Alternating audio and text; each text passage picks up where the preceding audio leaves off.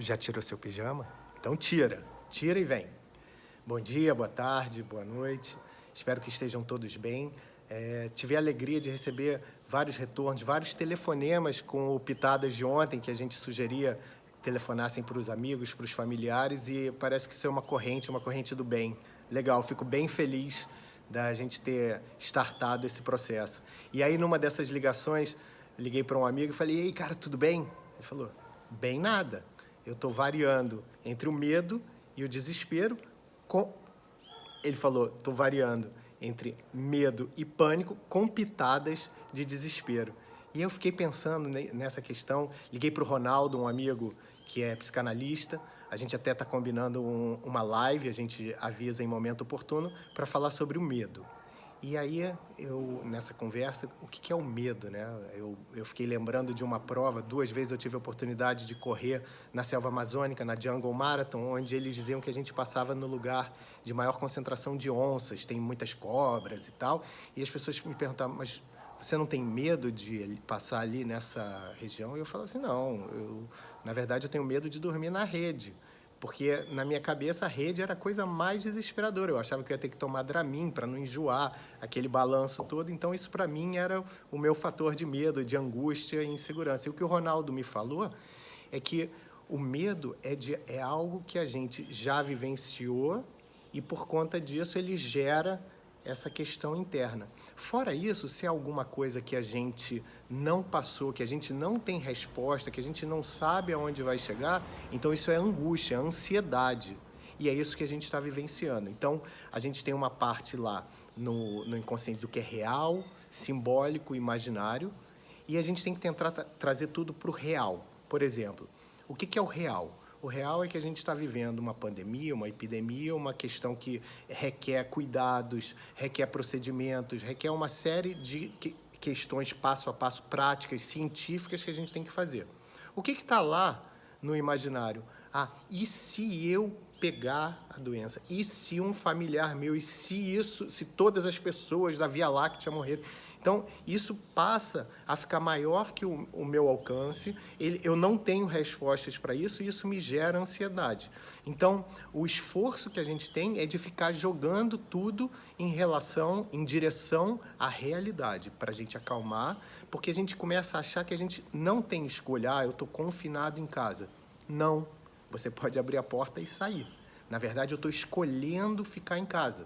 Essa é uma escolha minha, claro, baseada naquilo que eu já estou sabendo, que as pessoas, que as autoridades estão me informando. Então, por cuidado a mim, por cuidado às pessoas que eu tenho carinho, as pessoas com cuidado à minha maior comunidade, escolho ficar em casa. E a escolha, ela é sempre a melhor escolha que a gente pode ter naquele momento, baseada nas informações que a gente tem naquele momento. Então, essa escolha que eu estou escolhendo de ficar em casa, então ela é uma escolha legal. E aí, por isso, não deveria me gerar ansiedade. Então, a gente está com a mente trabalhando, pensando nessas questões. Então, voltando a falar, estou tentando montar com o Ronaldo e a gente vai avisar, montar uma live com ele falando sobre essas questões de medo, ansiedade, etc., em que as pessoas podem perguntar ou vai ser só um bate-papo, que o Ronaldo é ótimo de papo, da gente conversar. Pensando em coisas que a gente pode fazer, uma outra sugestão, a minha sugestão de hoje, tem a ver com o pertencimento. A gente sabe que isso é uma coisa importante para a gente estando em casa. Então, por exemplo, eu vi a Silvia, esposa do Marcelão, postando que ela não deixou de encontrar com as amigas. Está lá uma foto dela fazendo uma videoconferência, cada uma sentada, deitada, com seu copo de vinho, cerveja, Coca-Cola, água, batendo papo. Então, isso é muito legal. E aí, a sugestão que eu dou é o pertencimento, e nada tem de religião, tem talvez de religiosidade, de acreditar, de estar presente em algum tipo de fé, é se engajar em movimentos de encontro de cultos, de religião, da sua sinagoga, da sua igreja, da casa espiritual, espiritualista que você trabalhe.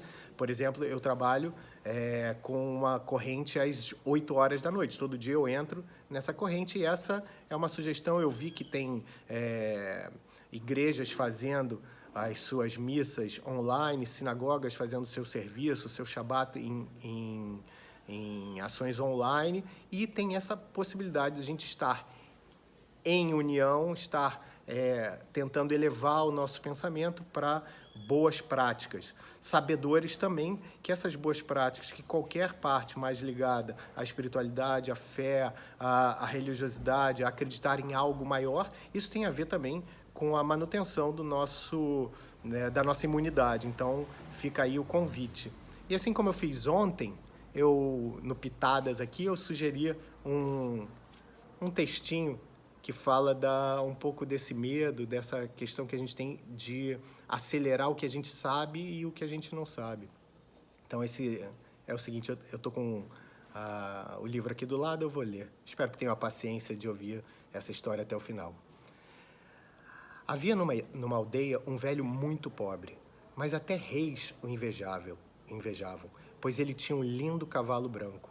Reis ofereciam quantias fabulosas pelo animal, mas o homem dizia: esse cavalo não é um cavalo para mim, é uma pessoa. E como se pode vender uma pessoa, um amigo? O homem era pobre, porém jamais o vendeu. Numa manhã, descobriu que o cavalo não estava na cocheira. A aldeia inteira se reuniu e as pessoas disseram: seu velho estúpido, sabíamos que um dia o cavalo seria roubado. Teria sido melhor vendê-lo. Que desgraça. O velho disse: não cheguem a tanto. Simplesmente digam que o cavalo não está na cocheira. Isso é um fato. O resto é julgamento. Se é uma desgraça ou uma bênção, eu não sei, pois esse é apenas um fragmento. Quem pode saber o que vai a seguir? As pessoas riram do velho. Sempre souberam que ele era um pouco maluco.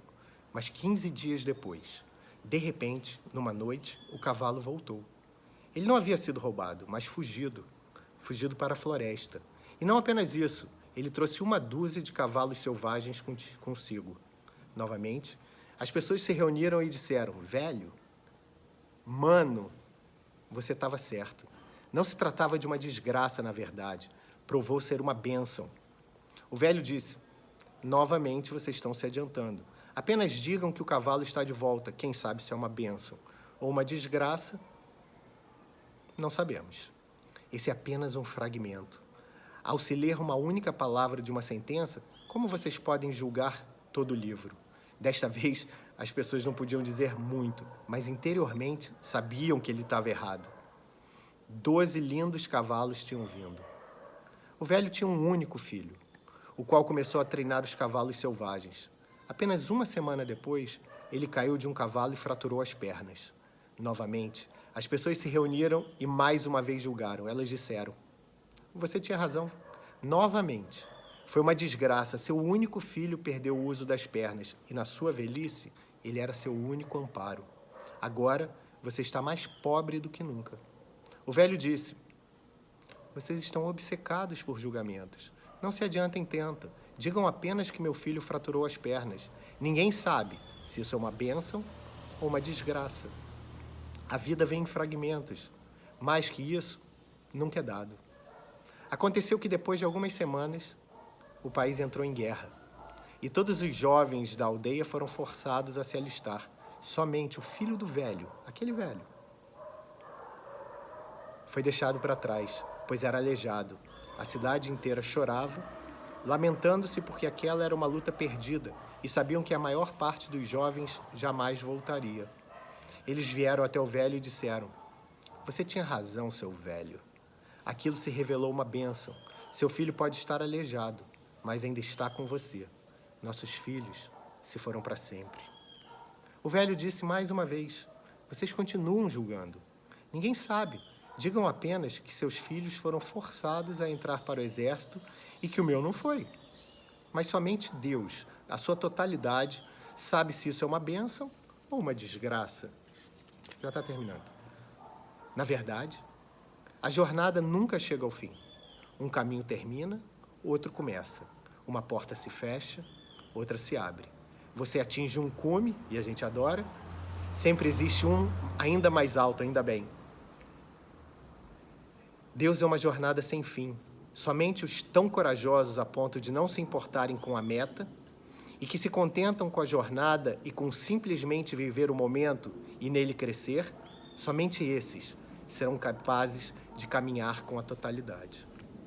Acho que isso tem muito a ver com esse momento que a gente está vivendo. A gente não sabe, então espera, tenta viver isso da melhor forma. E aí,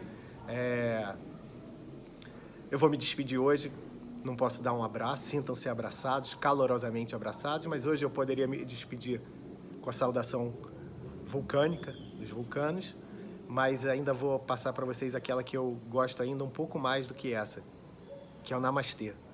Namastê significa o Deus que habita em mim, saúde esse Deus que mora aí dentro de você. Namastê e até a próxima, galera.